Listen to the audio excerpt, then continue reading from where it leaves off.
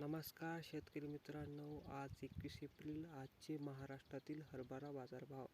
अकोला बाजार समिती हे किमान 6,000, कमाल 7,350, सरासरी 7,180. त्यापुढील बाजार समिती आहे अमरावती. हरभरा हे लोकल किमान 5,000, कमाल 5,400, सरासरी 5,200.